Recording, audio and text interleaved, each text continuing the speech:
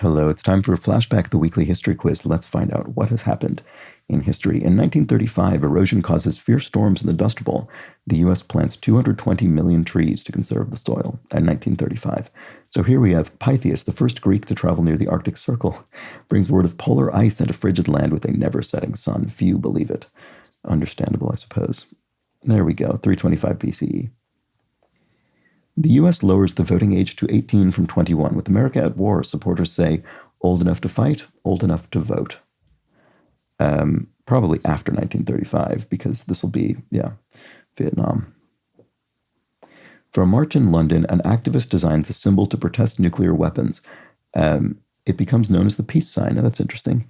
This will also be after the war, but probably in the 60s. Oh, no, 58, just prior to the 60s. Okay, fair enough.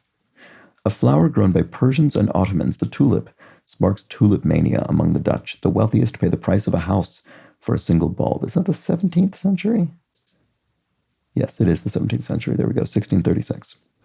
After he flies the first successful airport for 12 seconds, Orville Wright would be asked if he was scared. Scared, he said. There wasn't time. Very good. That's obviously before 1935. 1903. A scientist, Eunice Foote, studies carbon dioxide and sunlight. She writes that an atmosphere of full of carbon dioxide would heat up the Earth. Well, that's quite distressingly prescient. Probably the late 19th century?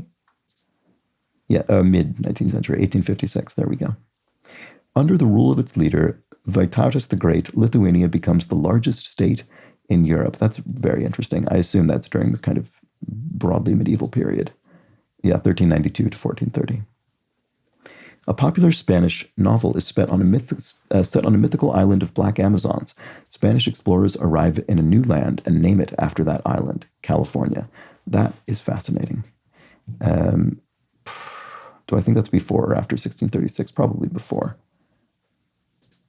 Yeah, 1530s. All right, well, there we go. That was a perfect week. Very good. Oh, interesting. An even split between people who got perfect, and then the next best score with 1 to 3 gone. Exactly 37 in both cases. So let's look at what people didn't do so well on.